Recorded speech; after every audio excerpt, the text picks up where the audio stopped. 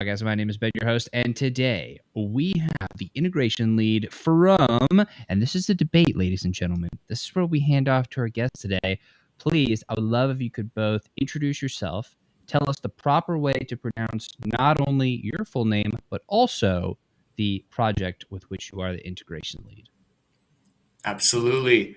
Thank you, Ben. So there's been some misconceptions. Hopefully, I can clarify a lot of it. So the project is called Metis. We are a layer 2 scaling solution currently.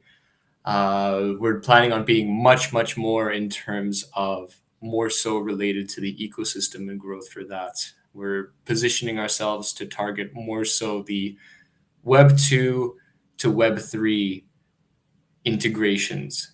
So that's definite. We do support all forms of EVM compatible smart contracts on our layer. We are entirely EVM equivalent, actually. So any smart contracts that are deployed on different platforms can be deployed on Metis as well.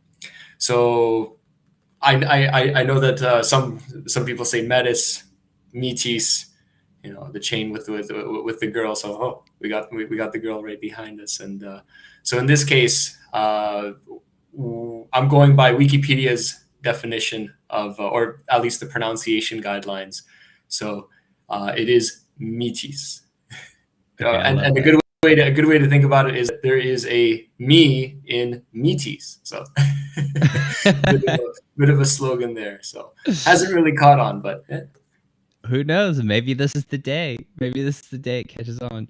Yeah. So, okay. Appreciate that. Cause we've talked before and we've literally discussed, working together on some other projects. And I was still like, wait a second. Was I even saying that right the whole time? I don't want to be disrespectful here. I mean, this is a really important piece of technology. Y'all are an amazing project. So yeah, glad we could clear that up. So let's talk a little bit about you personally. I feel like a lot of people will also have trouble properly pronouncing your full name. So would love to get that on the record as well. And then would love to hear kind of your story of how you got to this point where you are the integration lead for Metis. Absolutely. So my name is Pavel Sinelnikov. So it is a mouthful, but definite immigrant name. Thankfully, I'm not fresh off the boat.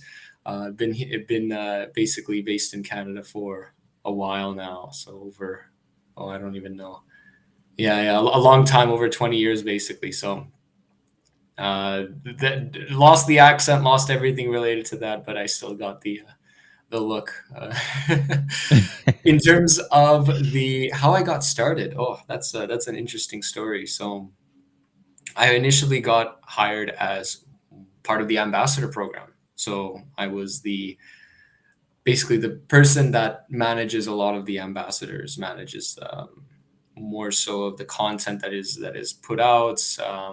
I had almost zero experience in terms of what Metis is, and it's like learn this entire system architecture, way of doing things, way of thinking, layer twos, all of that in like 3 days, and then tell the whole world about it in a way that they can understand. It's like, well, it was definitely an exciting 3 days, and definitely been more than 3 days working there. So I think around almost a year now. It's time flies. But in this case, yeah, I started off as the ambassador program. With the ambassador program, I managed a lot of the contents related to there. So it was a lot of the educational content, like what gets out distributed, and what, having meetings with basically key influencers, and then after that it was mostly now they saw I was good at describing the tech, so then they put me as the technical evangelist was the other role that I got. So I did a lot of presentations, I did a lot of demonstrations and walkthroughs, guides, tutorials. Then I did like my hand in development work as well. And then they're like, wait, hold on, you know how to develop? Okay, well, great.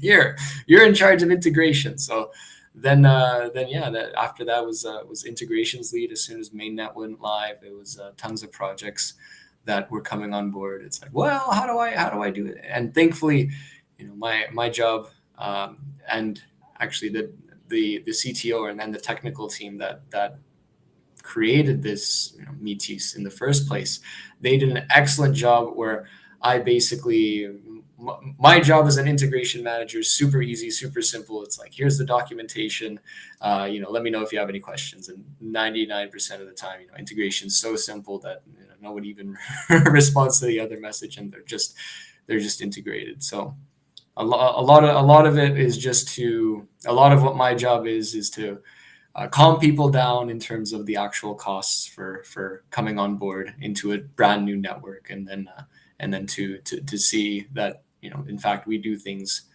differently, better, faster, cheaper, decentralized, and all of that. I love that.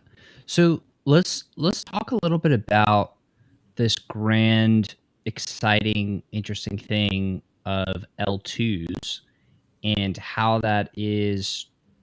It's like it's a thing, but there's a lot of confusion and there are multiple different L2 solutions. So maybe could you paint us the picture of where we currently stand in the world of L1s, L2s? Like, I feel like it's kind of a massive confusion in the marketplace right now because of a lot of different things. So maybe we can clear up some of the cloudiness around this section of the marketplace. So maybe you could give us kind of like a state of the union almost, but for the L2s, L1 situation, and then we can kind of explore from there as our launch pad.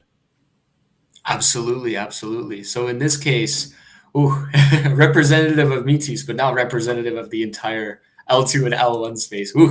Big responsibility. But hopefully, I'll paint it in a very unbiased picture. Of course, got my logos and biases here, but I will.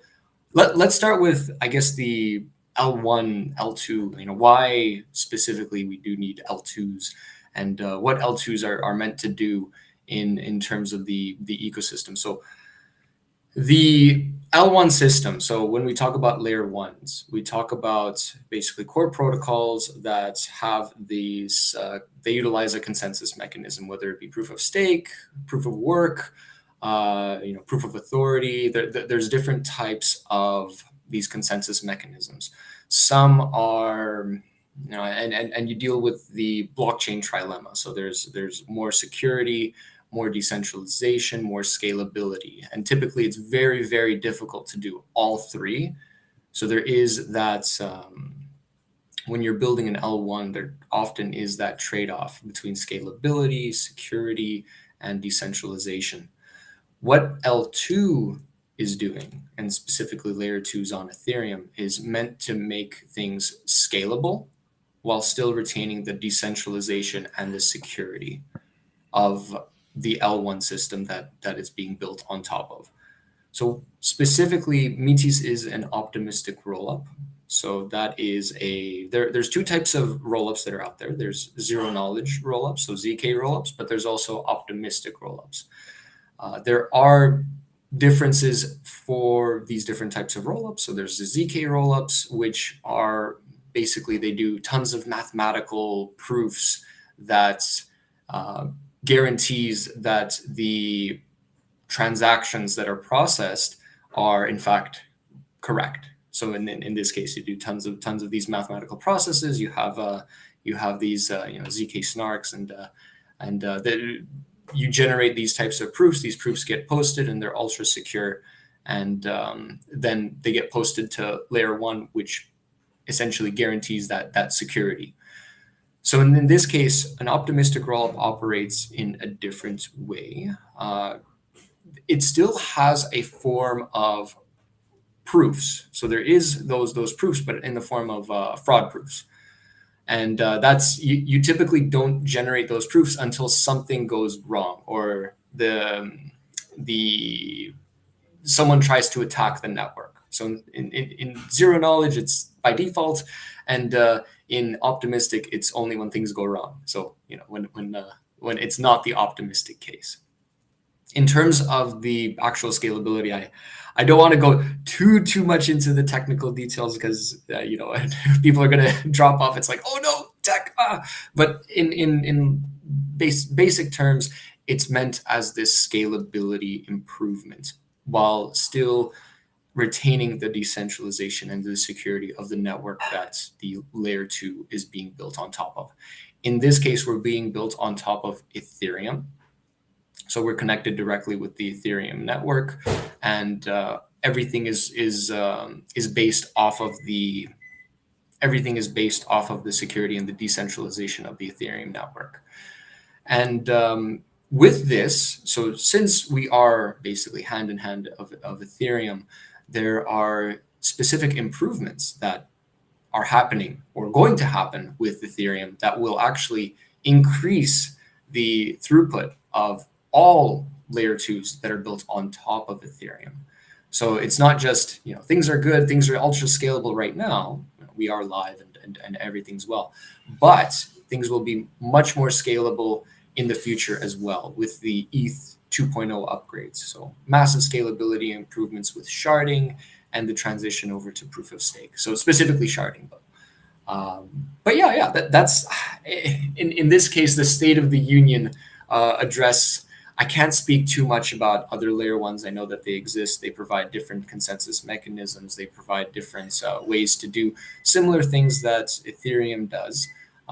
But in essence, we specifically chose Ethereum because it is the most decentralized and secure platform that's really battle tested and supports smart contracts. The other one that's out there is Bitcoin, which unfortunately does not. And but in this case, the Ethereum protocol is definitely the go-to for at least the security and decentralization.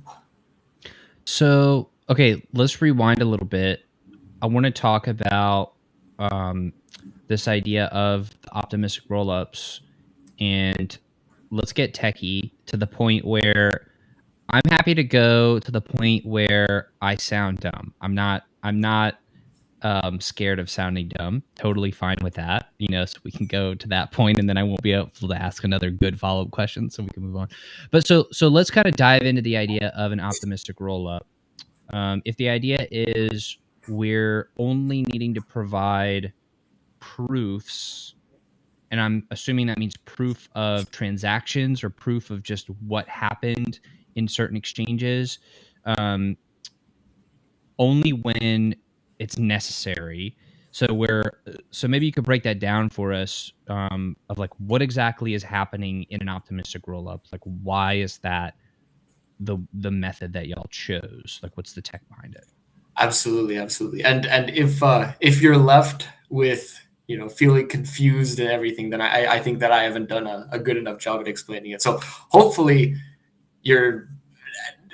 whatever that I say will be comprehensible. I'll try to make it as if, and if you do have any follow-up questions, I definitely would be more than happy to clarify. I think that knowing all of these concepts is very, in this sense, critical. Other than using all L1s because they're faster in terms of transaction and processing, but you have to understand that through the blockchain trilemma, that although it might be faster or more scalable, you definitely decrease in one of the factors of security or decentralization. So to give an explanation of an optimistic rollup, so this is going to be high level. I'm going to basically go a lot over the details basically, but in this sense, how an optimistic rollup works is that we take the individual transactions that are done on Ethereum. So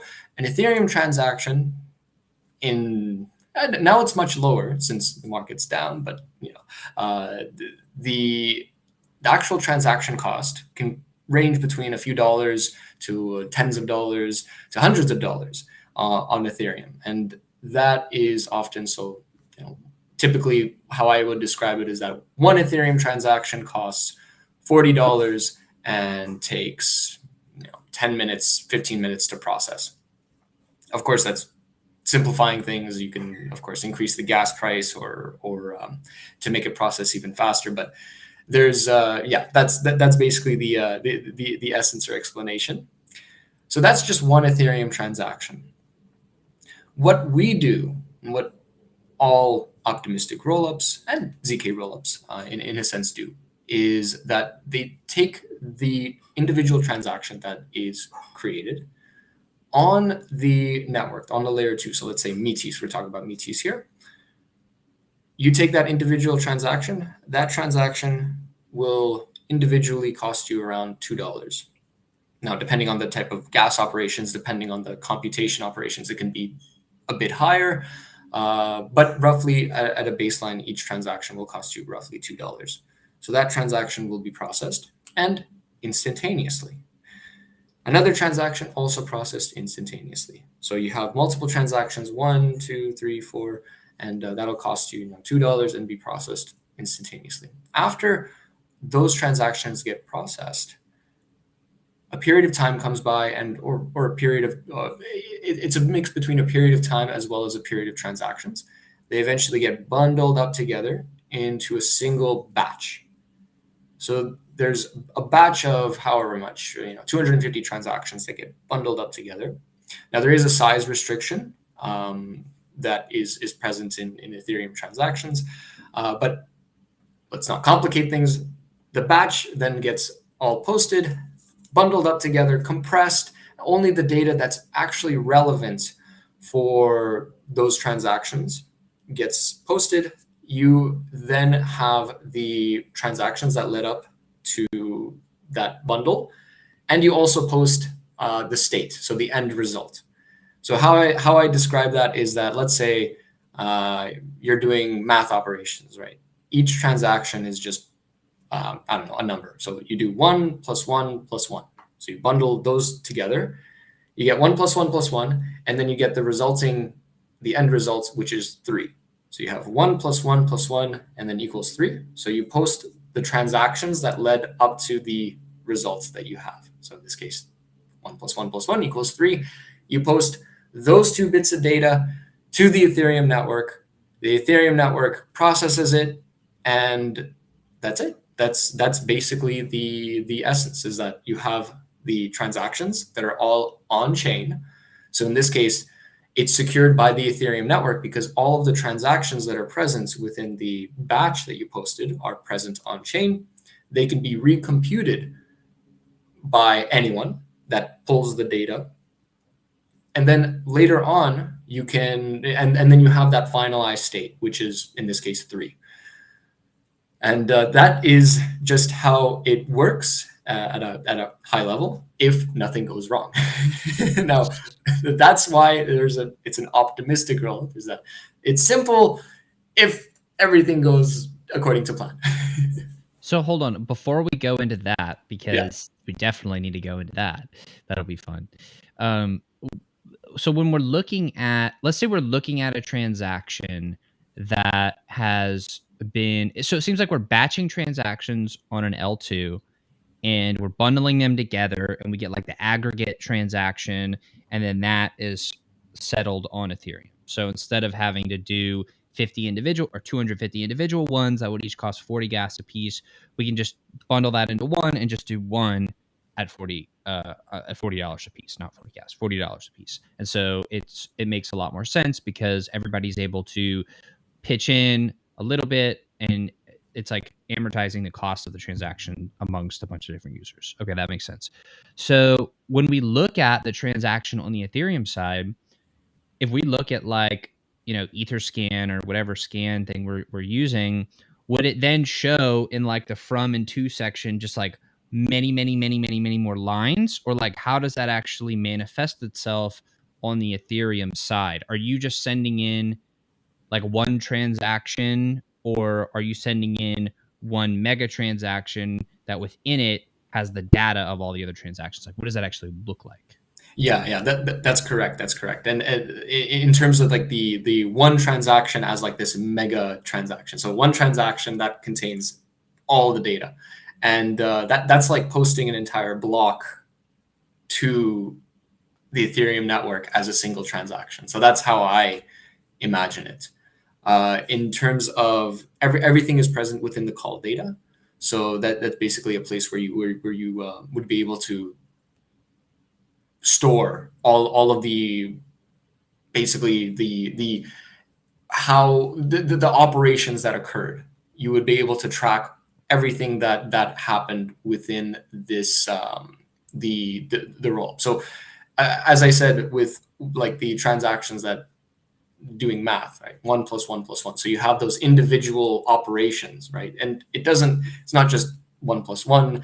It can be, anything from a swap to a operation for a smart contract that burns tokens, an operation that's I don't know, that basically compounds liquidity, something to do with LP tokens and Anything. anything. So Yeah. generalization is really the cornerstone of an optimistic rollup, which ZK rollups are heading towards, and they haven't done that yet, but they're very close to.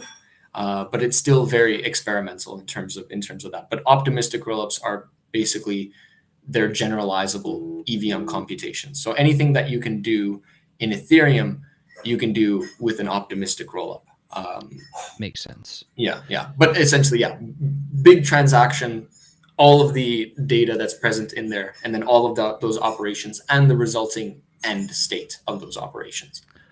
So then, is there any difference of like anonymity between an aggregated L2 transaction or just a normal transaction? Like, for example, if I look at, let's say I'm comparing in a pretend world where the transactions happened twice, let's say, where it happened once where everything was done on Ethereum, and then it happened a second time where everything happened through through this roll up function, and it happened in one transaction on Ethereum. For when there were like the 250 separate transactions, we can see the different wallets, where it came from, the gas for each one, blah, blah, blah, blah. Do we still have that same depth of information in the mega transaction, the batched transaction, or do we lose any sort of information due to the compression and aggregation? Mm-hmm. In terms of the data that's lost, so to take to a perspective, you still see the actual addresses that are involved in those operations. You see the operations themselves. What you don't see is the individual state changes that occur throughout that process. So, for example, a single transaction changes the entire state of the Ethereum network. Even if it's a failed transaction, even if it's a transaction that doesn't process, it still changes the state because it gets included into a block, and that block changes your balance for the gas fee that occurred. And so your balance in that case changed. Oh, and a record gets added into the blockchain, and you can see that your failed transaction was included. If the transaction passes, it's still the same thing where you're able to, the state constantly changes after every transaction. What in this case gets eliminated is that state from every single transaction in there. Instead of saying that each state change within that. So let's say instead of if you're doing the transactions on Ethereum, that 1 + 1 + 1 transaction together, you would do each one is a new state change, exactly. whereas in the batched, the 3 is the state change. Exactly. That's where the efficiency comes from. So instead of processing each individual state change and then the resulting results of that, you would only process the end result. So the actual the result out of that whole entire batch. And so that's the data that's lost. It's the state data that you can easily recompute and verify to make sure that the result is there. So then that makes sense why you were saying earlier, if everything goes right, it's really easy and clean. But I would imagine things could go wrong because it's not incrementally changing the state. And it's like, in a video game, if you start here and you play for an hour and you save after an hour versus if you save every like 10 seconds or every minute, if you lose that save, one, you have to go back to the whole hour, and the other one you would have to go back, you only go back minute by minute, right? Is that a fair analogy of how it could go wrong? Sort of.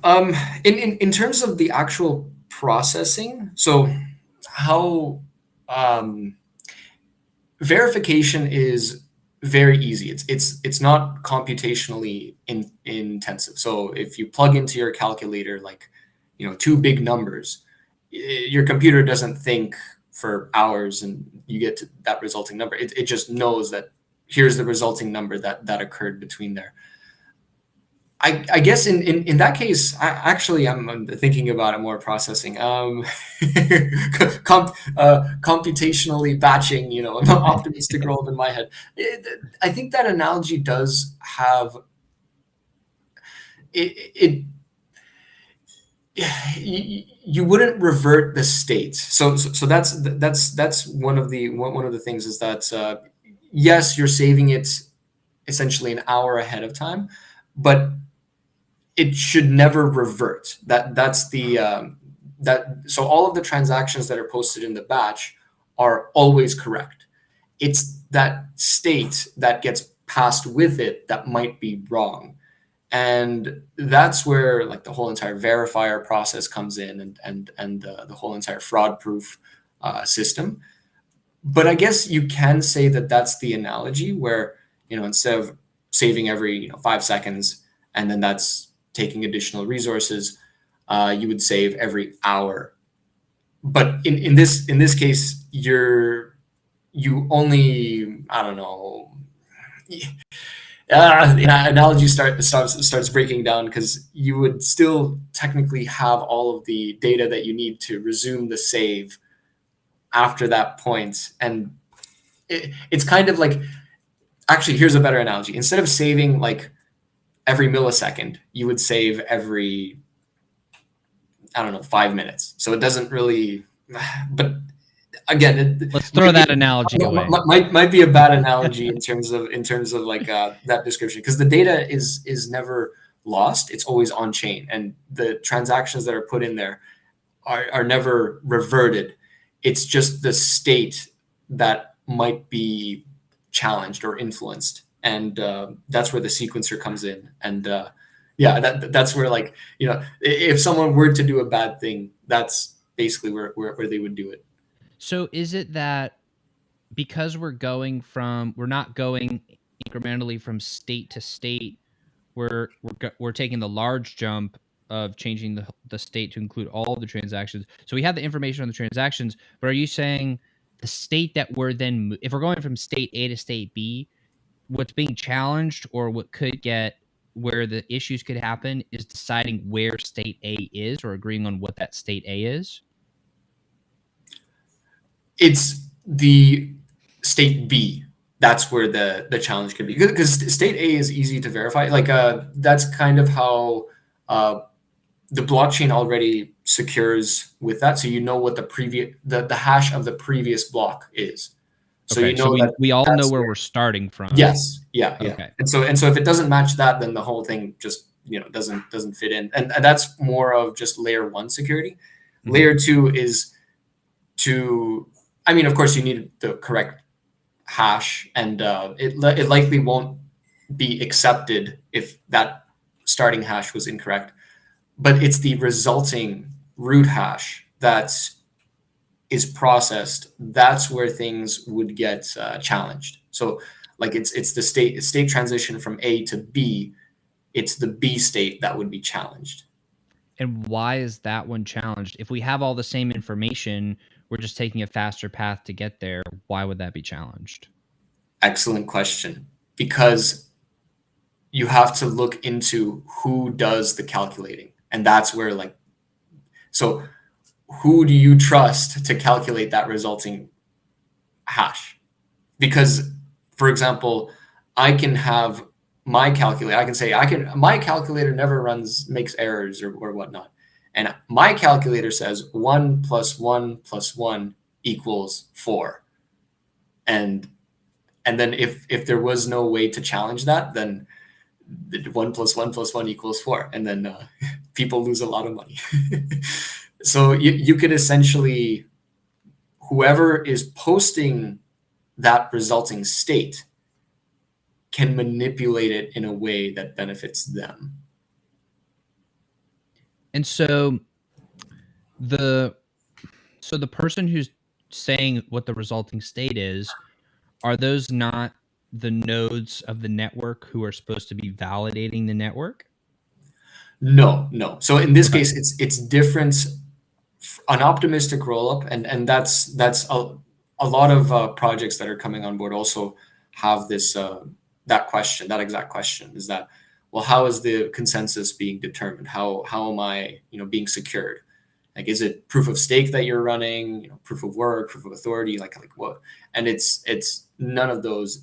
It's an optimistic rollup, and that's basically the process in which the optimistic rollup works. Is that built into it, you have that challenge mechanism as a fraud proof. And I can go into, I guess, the process from start to finish. How does that work? So who determines it, and then how does it get determined? This is fascinating. Yeah. So in this case, you look back to who posts the batches, so the transactions, and the resulting state. So you work backwards. Okay, where can you manipulate this? Where can you manipulate the result? And so you would be able to manipulate the results right at that moment where the transactions and the resulting state of those transactions could be influenced. So in this case, there could be a case where, and this role, by the way, it's not a calculator, it's a sequencer that is posting these transactions. And in this case, the sequencer would calculate those transactions. They would add up all the transactions, 1 + 1 + 1, and they would calculate the resulting hash, or the root hash of the state. They would post both of those data, that the transactions themselves and the resulting state, and then that's where and then it goes to Ethereum. So right at that moment where it gets right at that moment where it gets posted, the transactions aren't actually official, and that's where one of the big criticisms of optimistic rollups come into play, is that there is a waiting period. There is a fraud-proof period and typically for Arbitrum, Optimism, Boba, us, it's 7 days.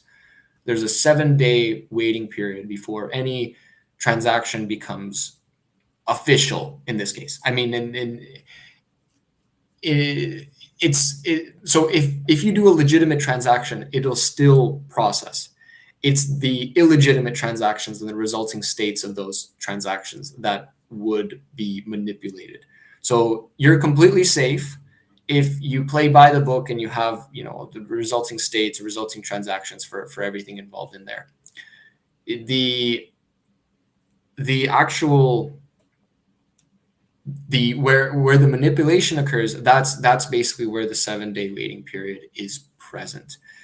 And how that process works and why there's a 7-day waiting period and why is because of the optimisticness of the optimistic rollup. So we assume that all transactions are innocent until proven guilty.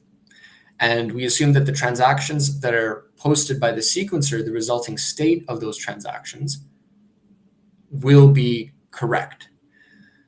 The reason why there's a 7-day waiting period is because what if they're not? And you have these actors on the network as well. They're called verifiers. So these are validators in this case.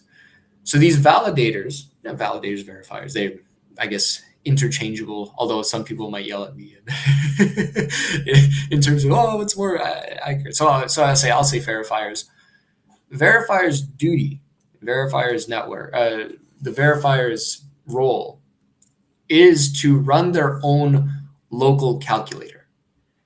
So you take those transactions. So again, all the transactions that the sequencer posts, they're all correct. They're all basically present on the blockchain on layer 1. They posted. It's the resulting hash that might be incorrect. So again, the transactions that are posted are always correct. They're 1 + 1 + 1.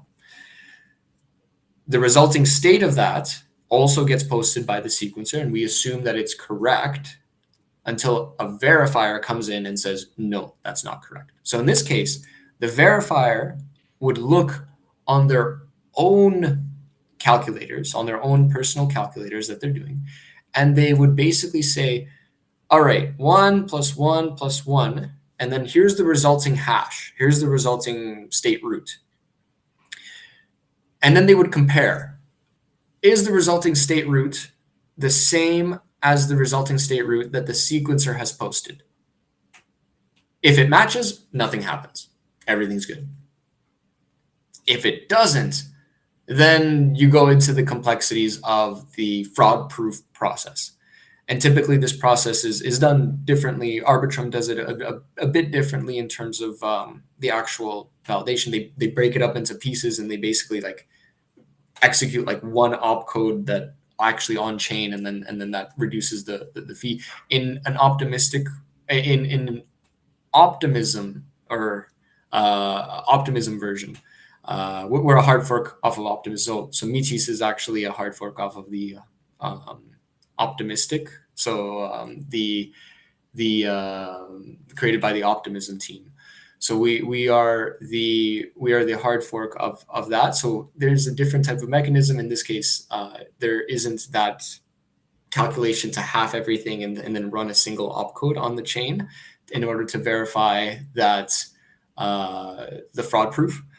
Instead, it's just the entire thing gets run on chain, and then as soon as that gets run, the actual L1, so the actual Ethereum chain penalizes the sequencer, says that, hey, you posted something that's invalid, you get slashed and you get kicked off the network. And so that's basically the rundown. I might have like went over a lot of the intricacies and details, but Sure. let me know if I can clarify anything that's in there that might need it to be expanded on.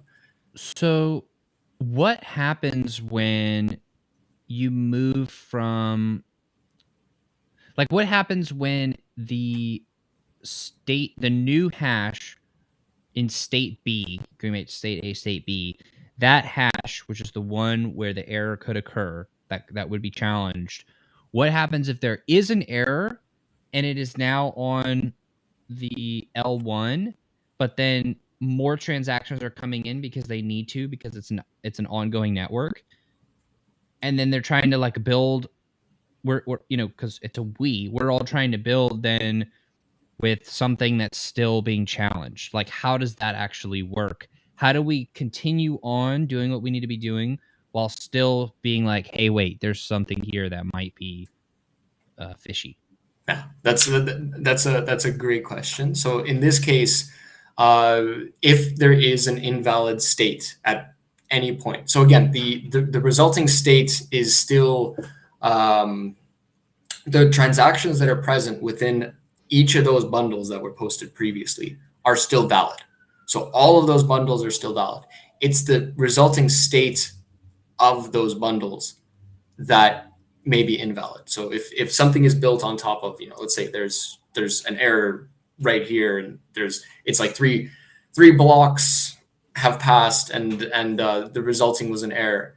So in this case, the transactions themselves can get reposted. So essentially, it's the state that just needs to be recalculated. The transactions themselves are always correct. So in this case, it's just the state that needs to be recomputed for every single block. And that's where the 7-day waiting period comes in. So it can come in, and a new sequencer can come in, and they can repost those transactions up to that point with the correct state. So all of the transactions are valid. It's just the state needs to change. And so what might happen is that all of those blocks after it get like taken off, but the transactions themselves are still there and they can still be recomputed for the correct state. So I think that makes sense. That makes yeah, sense. yeah.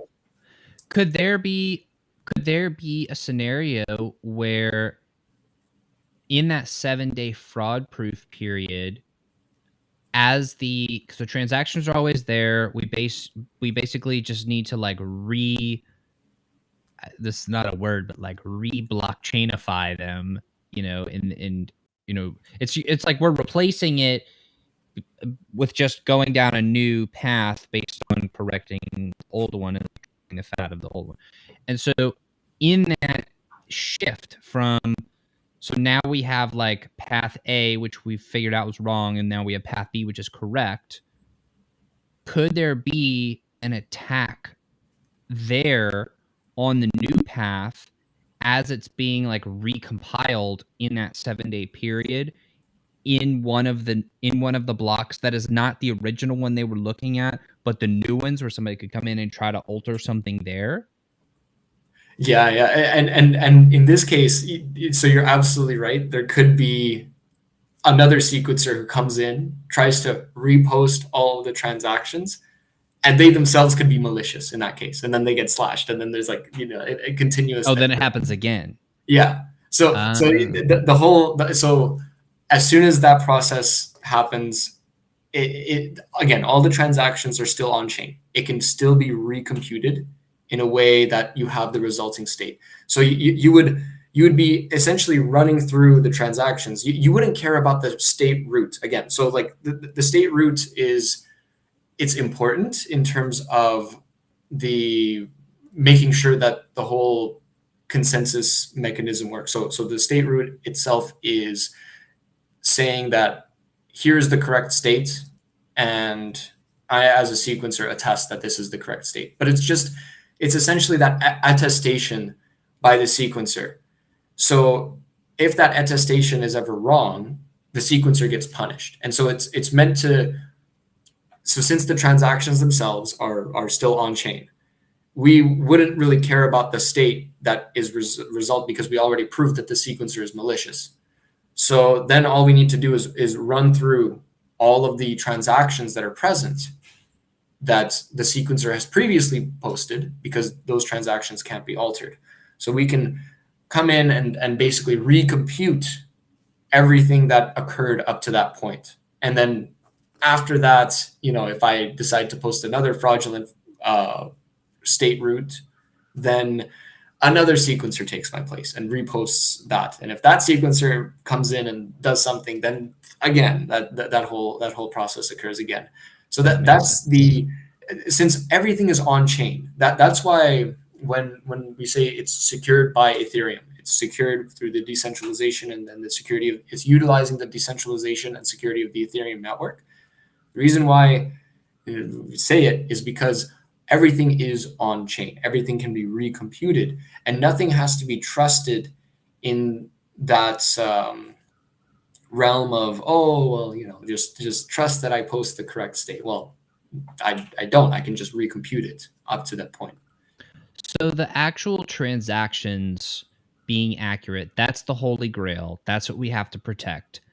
And the actual state, that's almost like the identifier of where to find that particular group of transactions. So it's like, yeah, that's the one that we can fix, because that's almost like the zip code of where those transactions live. And so if you mess up where the zip code is, just erase it and put the right zip code, and then that takes you to but the transactions those are unassailable. That's the holy grail to protect. Yeah, it's mostly not like zip code, because the zip code is more like the hash of so like the transaction hash that actually gets posted. So that's the zip code, that's the location. In this case, it would be more of how much the thing costed, or like how much the value of the not the value, but the end results of that calculation. So that 1 + 1 + 1 = 3. So it's just you take a look at the hash and you make sure that once you're at that transaction, you recompute it, and then you see like the end results of that those processing all those transactions equal to that state root that is posted. So if it's not equal, then it gets dropped and then recalculated or reposted in that case.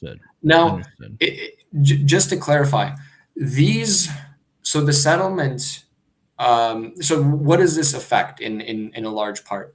And what does the 7-day waiting period actually mean?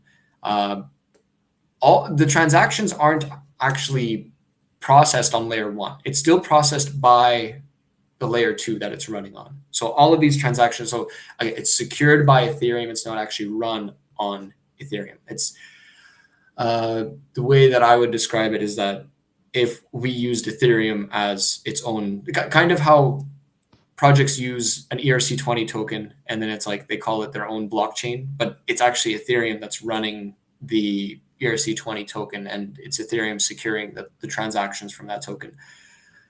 In this case, it's kind of like that, where the actual chain is processing all those transactions, and then it posts it incrementally to the Ethereum network, basically saying that everything that's occurred up to this point, the state is correct. So we're leveraging, if Ethereum ever gets hacked or something happens to Ethereum, we also get affected in that case. And where that really leads to is when you want to bridge back to the Ethereum network.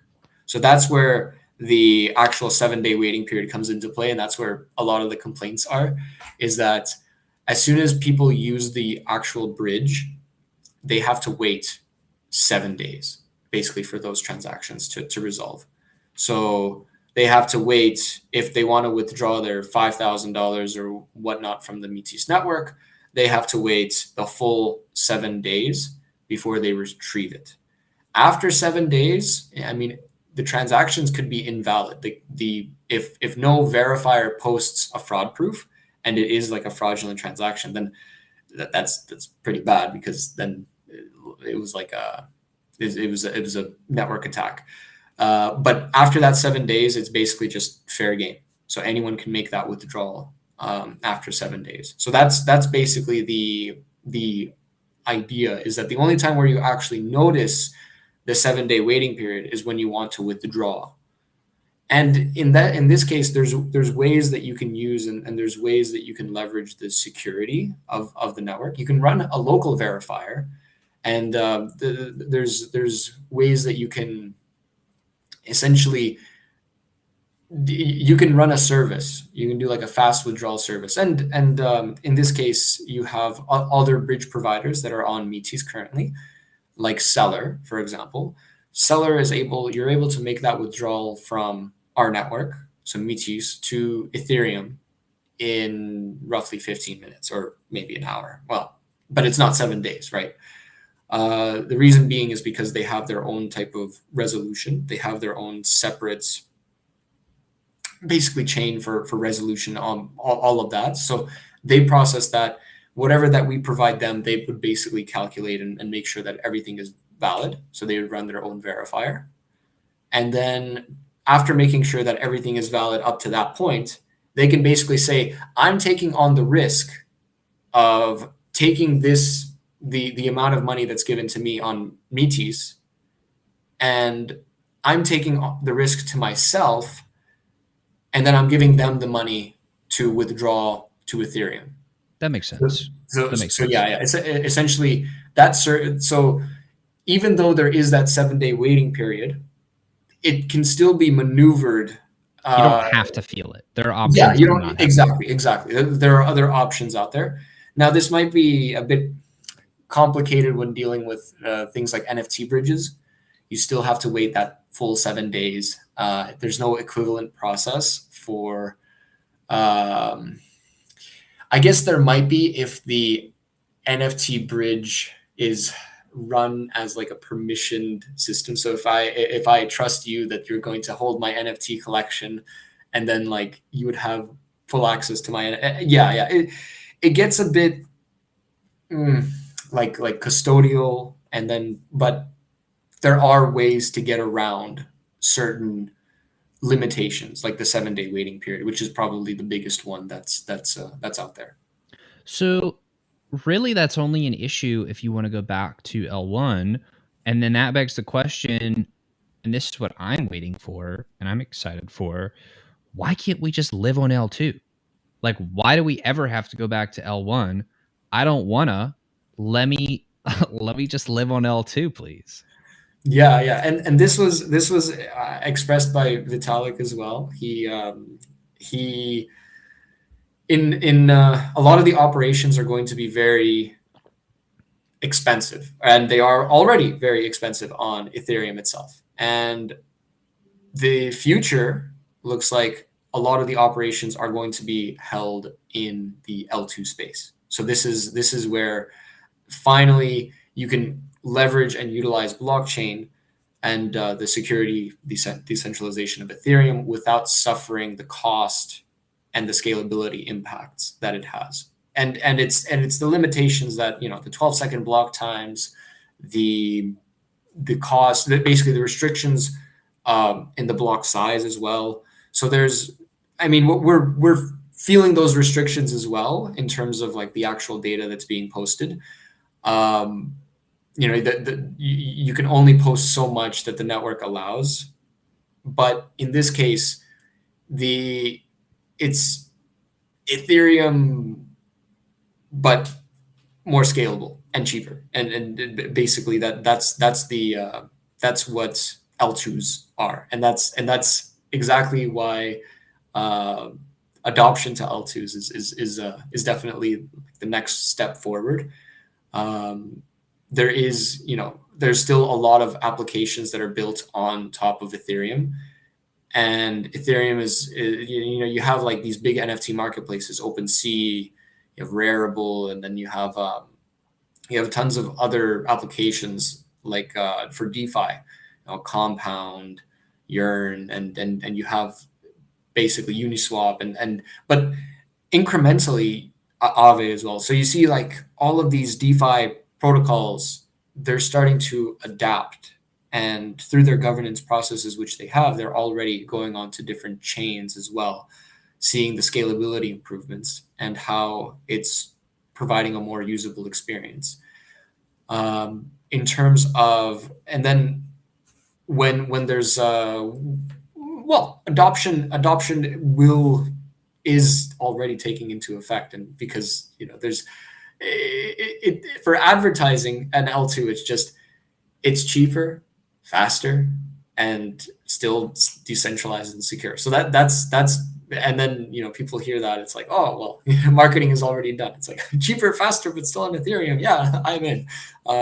And yeah, that's basically the I agree with you in that case. I mean, I have a biased opinion because I also have, you know, running an L2, but in this case, I think that's why can't all options be on L2? That's the that's the big question, and something that we're looking to solve. And bringing more Web2 applications into Web3 is one way that we're looking to solve that in terms of that direction. How far away are we from not ever having to? Okay, here's the litmus test. When I can get my mom, who is awful with technology, to, I mean, clearly I love my mom, you know, shout out to you, mom, but awful with technology, when she could use L2s and doesn't ever have to know what Ethereum is, when does that future here? Yeah, yeah. I completely agree that I think a lot of blockchains that are out there, or at least a lot of the advertising, is like, look at us, we're a blockchain. But I don't think that personally, and I mean, I'm not a business person, I'm not more of a technical person, but I personally see that as the wrong way of bringing adoption, because people don't care which blockchain that you're on. They care that it's transparent. They care that it's decentralized. They care that it's secure. They care that it's verifiable. They care that it's immutable. So they have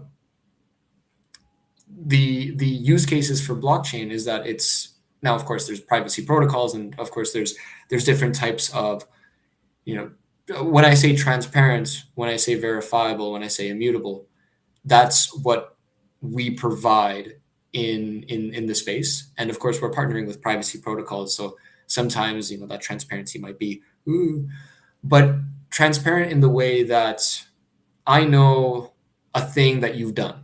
I know that you made that operation, and I know that, let's say you're running a business on the blockchain, I know how reputable you are. I know that you've basically paid out all of your loans and all of your requests for customers, and I see that you're a reputable business.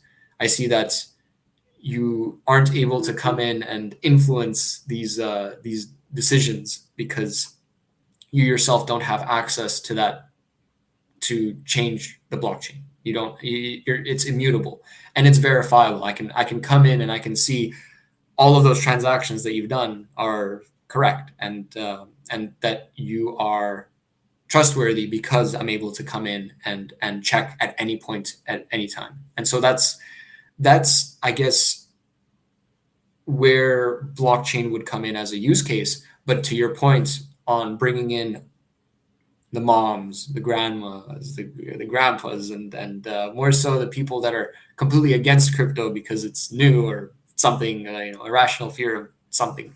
I think that it's important to emphasize the products, the businesses that are built using blockchain, and it doesn't really matter which blockchain that they're built on. It's just that they're coming in and leveraging that transparency, that verifiability, and that immutability of the chain itself. So let the products speak for themselves and have the best products be built on the blockchain. Exactly. It's the projects, it's the product, it's the developers that come in that are building, these future applications, right? The DeFi applications. But we're trying to bridge that gap from Web 2 to Web 3, make it simpler for Web 2 developers to come on board, make it simpler for Web 2 businesses to come on board. Maybe not fully decentralize their business or fully make it transparent so that everyone knows, I made transactions with whoever and whatever, but decentralize a part of their business where that part of their business can be maybe a task board. So things like how Gitcoin has these programs, these funding programs, and incentives for these different things. I have GitHub issues and whatnot. So these can be applied to any form of business. Open source has been very revolutionary in the field, where basically all enterprises have an open source component. Apple, Microsoft, Google, and so on and so forth. But unfortunately, open source is heavily underfunded, and typically it's hobby projects, basically. So whoever wants to contribute can, but that doesn't mean that people do. So in this case, this offers that extra bit of incentive, a way for businesses to operate in a decentralized way. And in this case, GitHub issues. And then for each issue, you can have a bounty. You can say that, if the code compiles and you have all of this, and maybe run like Claros on as a conflict resolution system, then in this way, you're able to provide a way that you don't need 20 full-time employees to manage an open source project. It could just be managed entirely through these types of bounties, and maybe one person can take the job of 20, and then everyone else works as a commissioned person to contribute in any way, shape, or form. And we're seeing that in DAOs currently. DAOs are very influential, and they have gained tremendous adoption. I went to ETHDenver, and basically everything's a DAO now. There's pizza DAO, and then there's like burrito DAO. Actually, I'm not sure there's burrito DAO. You must be hungry, dude. I'm also pretty hungry. so yeah, there's definite, if it exists, there's probably a DAO for it. That's soon to be the rule. That's funny. Cool, man. Well, hey, look, I know we're a little bit over time here. This has been a lot of fun, and I appreciate you coming on and diving in with us. Myself and the community, everybody's listening, watching. So yeah, I appreciate you. Would love to invite you back on at some point and keep tabs on what's going on with Metis and Metis, sorry, and just get an update and learn more about it and see how the tech's progressing and how the L2s are progressing. So anyways, I just want to thank you so much for coming on the show today. And thank you, Ben, for inviting me. It's great to have an audience and because otherwise you have this all in your head and you're like and then you do so much thinking about so good to have that interest and knowing that there's constant growing community and there's that constant demonstration for need, especially when the prices of Ethereum can go up and down like 200% in a day as soon as like an NFT collection releases. So we want to benefit the people, the community, by providing those options for that. So, but thank you so much for giving me this opportunity to talk a little bit more about Metis, what we do. And don't worry, like Metis, Metis, don't worry about it. However you want. That's Love it. And yeah, everybody go check out. I have both you personally, your Twitter account, and then Metis also the Twitter account in the either show notes or the title. So everybody go check that out. Follow, like, retweet, comment, whatever. Do all the things. Get involved. Learn more. Yeah, man. Thanks for coming on. And let's wrap it on up. Appreciate you.